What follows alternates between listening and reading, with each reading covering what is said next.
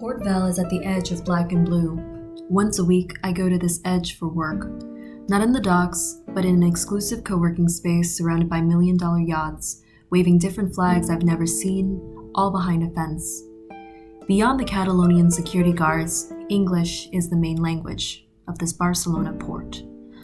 I am from an Atlantic Ocean away, where, carved into my American imagination, working on the docks evokes scenes of a rough masculine lifestyle frozen in time somewhere before the 21st century. Cold steel, smell of fresh fish, shouting men over machinery, rapid movements as a prelude to the town behind a port. My foundation of the port city and its cultural aesthetics. Barcelona intrigues me because it has all these elements, but in an unexpected way. One Ocean Port Vell owns the complex that I and other English-speaking internationals work in. A world-class superyacht marina in a world-class city, it describes itself, with a name that suggests Barcelona's literal tourist attraction is a meeting place for all the places that the Earth's ocean touches. A prime Catalonian pleasurescape. Bienvenido. Internationally acclaimed architecture, 5-star service ratings, exclusive culinary experiences, premium co-working memberships. These are the buzzwords of a port city and its cosmopolitanism, the epitome of worldliness. Just ignore the occasional graffiti telling tourists to go home. The history of Barcelona's port is veiled, tucked away in the background, much like it is within a proud maritime museum that dates back to the Middle Ages. On a sunny day, which is nearly every day, its history is hidden behind its engulfing one-way mirror windows. Only those inside can look out, but not the other way around. No, for the everyday passerby, they are much too preoccupied with the impression of a port, grasped as quickly as they pull their phones out to capture its initial essence on their smartphones, all left undigested as images uploaded and reviewed real-time on millions of smartphones around the world. Here I am, their digital postcards will say. I have arrived to a port in Barcelona. Are these digital traces the remains that linger? Those leftovers from the porous sponge of a port city that Walter Benjamin wrote of when he spoke of Marseille and Naples? How to qualify the palimpsests of cultural layers among the 815,000 #Barceloneta references on Instagram alone?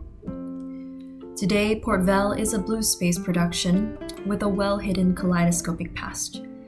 Its daily script is as elusive as the motives of the millions of visitors who come every year. The overall production is meant to be overwhelming, chaotic, distracting, impromptu. Take the beach scene, for instance. Volleyball, musicians, sandcastle monuments, slow pedestrians, fast bikers, dogs, bodybuilders, more slow pedestrians, gazes. Oh, check your pockets. Part of the act is the highly successful pickpocketing that takes place at its frontier, the notorious L4 yellow line onward into the Mediterranean Sea. While it's still intact? Good. You may need the prop for the interchanging uncoordinated vendors selling everything to anyone.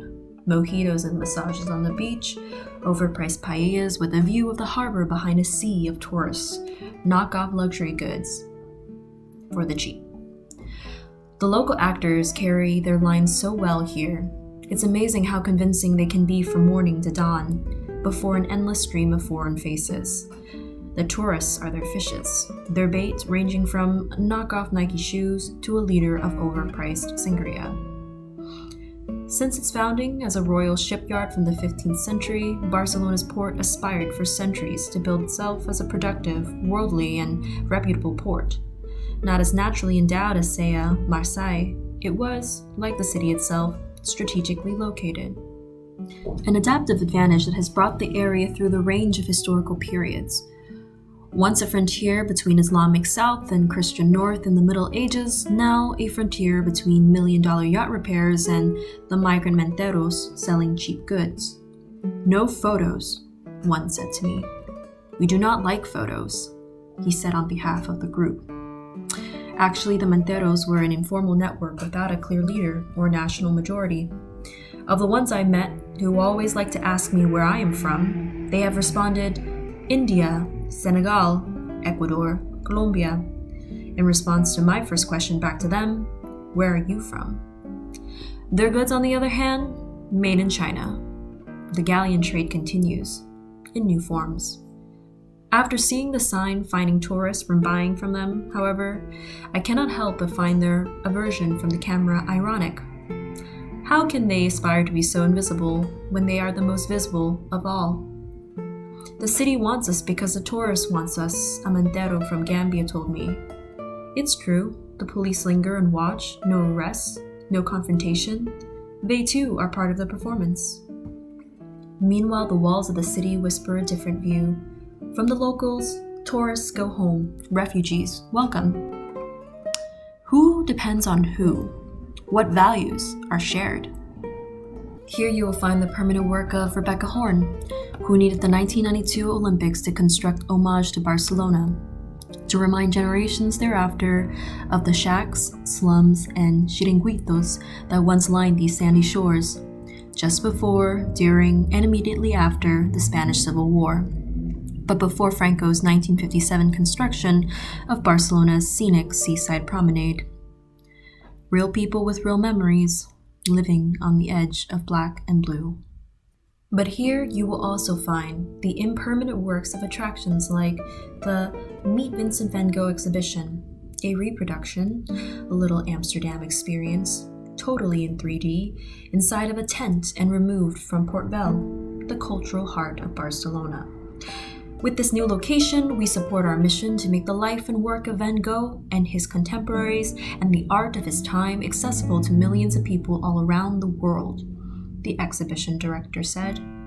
The cosmopolitan waterfront as the ideal location, the port city as a creative city. One can buy cosmopolitanism, but not conviviality.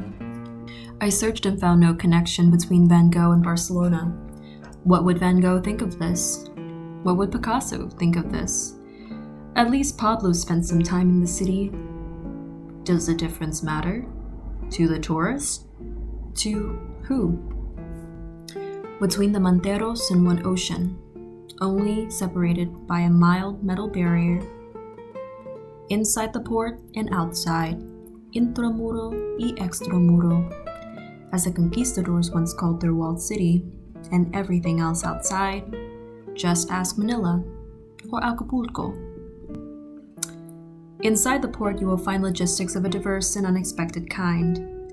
Take, for example, where I work, a co-working space made up of a motley of small companies paying rent, traveling workers, digital nomads, and even a startup university called Harbor Space. They pride themselves for being on the literal edge, and truly, they are as far removed and disassociated from the port's history as can be. Surrounded by luxury ships, even I sometimes feel I'm on a cruise myself, strangely seduced by the blending of work and leisure, among cool, calm waves, losing sight of the port dynamic I am based in.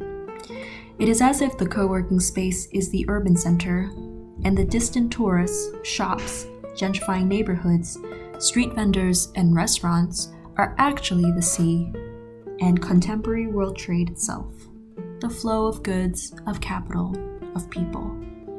Ironic how the world-class office by the sea is less of a contact zone than the diverse, mobile, cosmopolitan promenade and the multilingual public space of the Barcelona beaches. Real globalization is out there, not in here.